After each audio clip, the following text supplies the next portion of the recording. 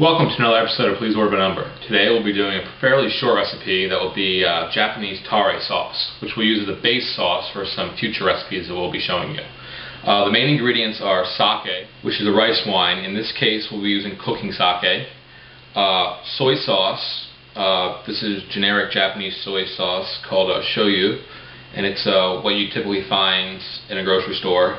And mirin, which is a sweetened and salted rice wine that's not quite the same type of rice wine as sake.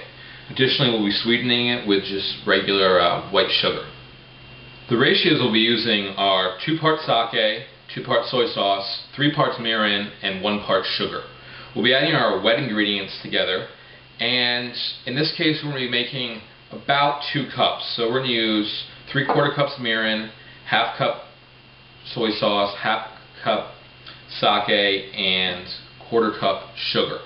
So let's add all our wet ingredients together. So we'll start out putting a 1/2 cup of sake. You can just eyeball it in, it doesn't have to be exact.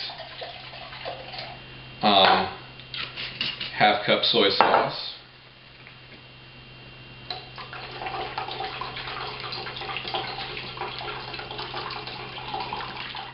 And 3/4 cups mirin. You can tweak the ingredients a little bit depending on your own taste. If you don't happen to have all these ingredients, see the notes on our website and we'll give you some ideas what you can substitute stuff in for. So now that we have our liquid ingredients mixed together, we're going to go over to the stove. So with our stove on medium-high, we're just going to add our sugar. Just swish that around a little bit. Let it get hot, and we're going to try to caramelize it a little bit before we add our wet ingredients.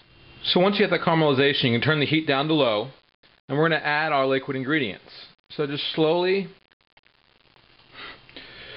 pour those in. It's going to be a little bit of extreme bubbling in the beginning.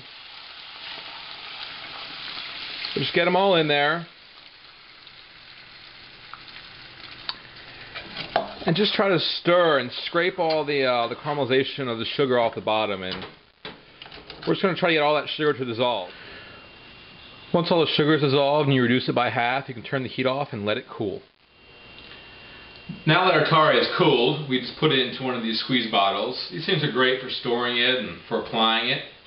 So stay tuned for future recipes. We're going to use our tare sauce, and for this recipe and many more, visit us at pleaseorderbynumber.com.